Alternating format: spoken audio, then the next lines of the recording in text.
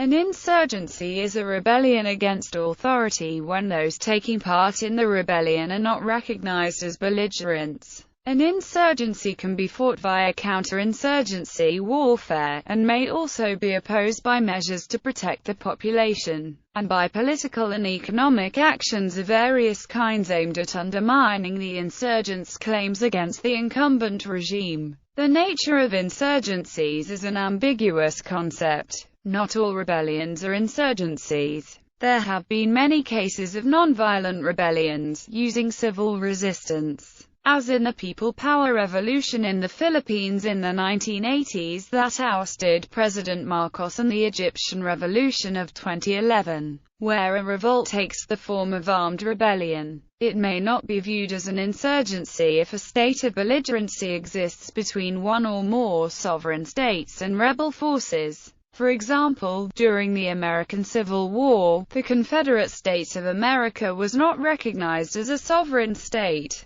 but it was recognized as a belligerent power, and thus Confederate warships were given the same rights as United States warships in foreign ports. When insurgency is used to describe a movement's unlawfulness by virtue of not being authorized by or in accordance with the law of the land, its use is neutral. However, when it is used by a state or another authority under threat, insurgency often also carries an implication that the rebels' cause is illegitimate, whereas those rising up will see the authority itself as being illegitimate. Criticisms of widely held ideas and actions about insurgency started to occur in works of the 1960s. They are still common in recent studies. Sometimes there may be one or more simultaneous insurgencies occurring in a country. The Iraq insurgency is one example of a recognized government versus multiple groups of insurgents. Other historic insurgencies, such as the Russian Civil War, have been multipolar rather than a straightforward model made up of two sides.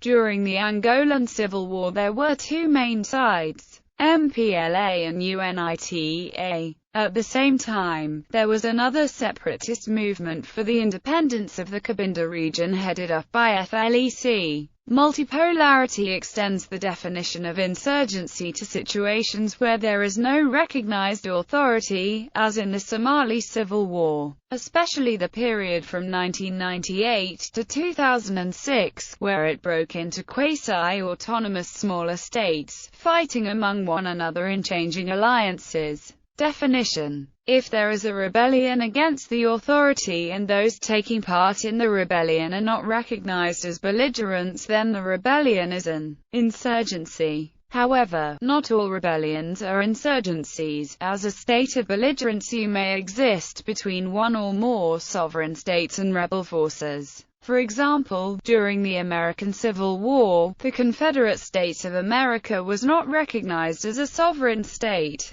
but it was recognized as a belligerent power, and thus Confederate warships were given the same rights as United States warships in foreign ports. When insurgency is used to describe a movement's unlawfulness by virtue of not being authorized by or in accordance with the law of the land, its use is neutral. However, when it is used by a state or another authority under threat, insurgency often also carries an implication that the rebels' cause is illegitimate, whereas those rising up will see the authority itself as being illegitimate. The use of the term insurgency does recognize the political motivation of those who participate in an insurgency, while the term brigandry implies no political motivation. If an uprising has little support, then such a resistance may be described as brigandry and those who participate as brigands. The distinction on whether an uprising is an insurgency or a belligerency has not been as clearly codified as many other areas covered by the internationally accepted laws of war for two reasons. The first is that international law traditionally does not encroach on matters that are solely the internal affairs of a sovereign state. The second is because at the Hague Conference of 1899 there was disagreement between the great powers who considered Frank's tires to be unlawful combatants subject to execution on capture and smaller states who maintained that they should be considered lawful combatants. The dispute resulted in a compromise wording being included in the Hague Conventions known as the Martens Clause after the diplomat who drafted the clause. The Third Geneva Convention, as well as the other Geneva Conventions, are oriented to conflict involving nation-states, and only loosely address irregular forces, members of other militias and members of other volunteer corps, including those of organized resistance movements, belonging to a party to the conflict and operating in or outside their own territory, even if this territory is occupied, provided that such militias or volunteer corps, including such organized resistance movements. The United States Department of Defense defines it as an organized movement aimed at the overthrow of a constituted government through use of subversion and armed conflict. The United States Counterinsurgency Field Manual proposes a structure that includes both insurgency and counterinsurgency. COIN. Insurgency and its tactics are as old as warfare itself. Joint Doctrine defines an insurgency as an organized movement aimed at the overthrow of a constituted government through the use of subversion and armed conflict. These definitions are a good starting point, but they do not properly highlight a key paradox. Though insurgency and COIN are two sides of a phenomenon that has been called revolutionary war or internal war, they are distinctly different types of operations. In addition, insurgency and COIN are included within a broad category of conflict known as irregular warfare. This definition does not consider the morality of the conflict, or the different viewpoints of the government and the insurgents. It is focused more on the operational aspects of the types of actions taken by the insurgents and the counterinsurgents. The Department of Defense's definition focuses on the type of violence employed towards specified ends. This characterization fails to address the argument from moral relativity that one man's terrorist is another man's freedom fighter. In essence, this objection to a suitable definition submits that while violence may be unlawful, in accordance with a victim's statutes, the cause served by those committing the acts may represent a positive good in the eyes of neutral observers. Michael F. Morris. The French experts on Indochina and Vietnam, Bernard Fall, who wrote Street Without Joy, said that revolutionary warfare might be a more accurate term to describe small wars such as insurgencies. Insurgency has been used for years in professional military literature. Under the British, the situation in Malaya was often called the Malayan insurgency, or the Troubles, in Northern Ireland. Insurgencies have existed in many countries and regions, including the Philippines, Indonesia, Afghanistan, Chechnya, Kashmir, Northeast India, Yemen, Djibouti, Colombia, Sri Lanka, and Democratic Republic of the Congo, the American colonies of Great Britain, and the Confederate States of America. Each had different specifics but share the property of an attempt to disrupt the central government by means considered illegal by that government.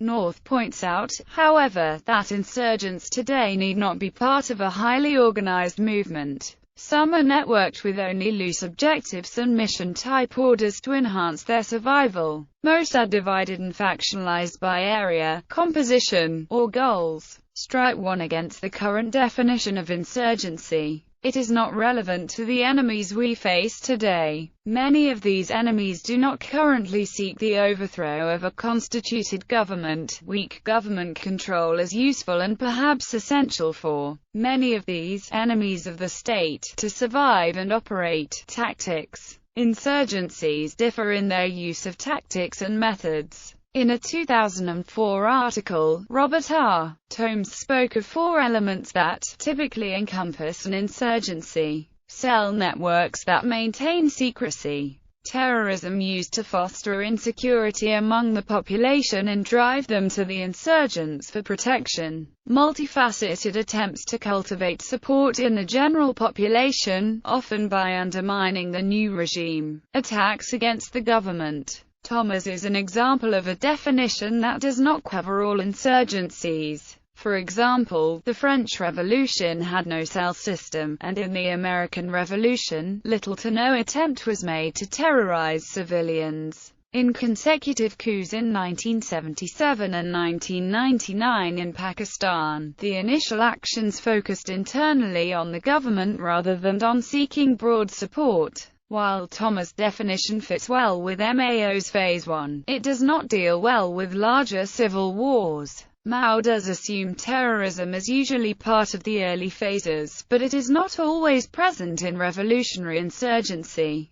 Thomas offers an indirect definition of insurgency, drawn from Trinquier's definition of counterinsurgency, an interlocking system of actions, political, economic, psychological, military, that aims at the insurgent's intended overthrow of the established authority in a country and its replacement by another regime. Stephen Metz observes that past models of insurgency do not perfectly fit modern insurgency, in that current instances are far more likely to have a multinational or transnational character than those of the past. Several insurgencies may belong to more complex conflicts, involving third forces and fourth forces, who may be distinct from the core insurgents and the recognized government. While overt state sponsorship becomes less common, sponsorship by transnational groups is more common. The nesting of insurgency within complex conflicts associated with state weakness or failure. Metz suggests that contemporary insurgencies have far more complex and shifting participation than traditional wars, where discrete belligerents seek a clear strategic victory.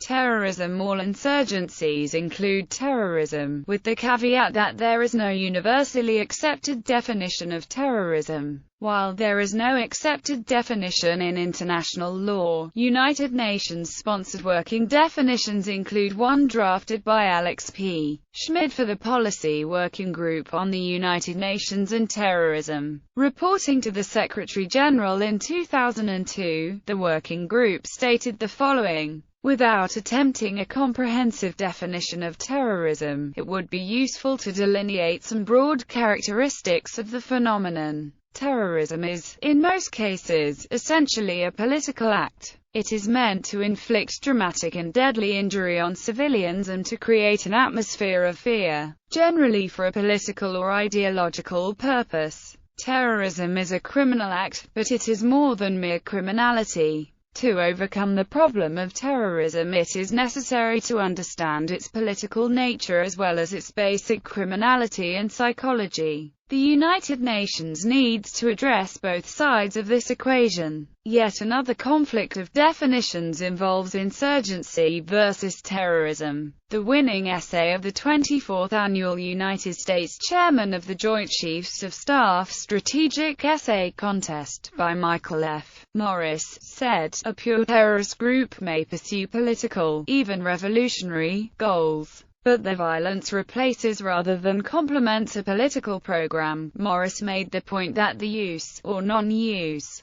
of terrorism does not define insurgency, but that organizational traits have traditionally provided another means to tell the two apart. Insurgencies normally field fighting forces orders of magnitude larger than those of terrorist organizations. Insurgencies have a political purpose, and may provide social services and have an overt, even legal, political wing. Their covert wing carries out attacks on military forces with tactics such as raids and ambushes, as well as acts of terror such as attacks that cause deliberate civilian casualties. Mao considered terrorism a basic part of his first part of the three phases of revolutionary warfare. Several insurgency models recognize that completed acts of terrorism widen the security gap. The Marxist guerrilla theoretician Carlos Marighella specifically recommended acts of terror as a means of accomplishing something that fits the concept of opening the security gap.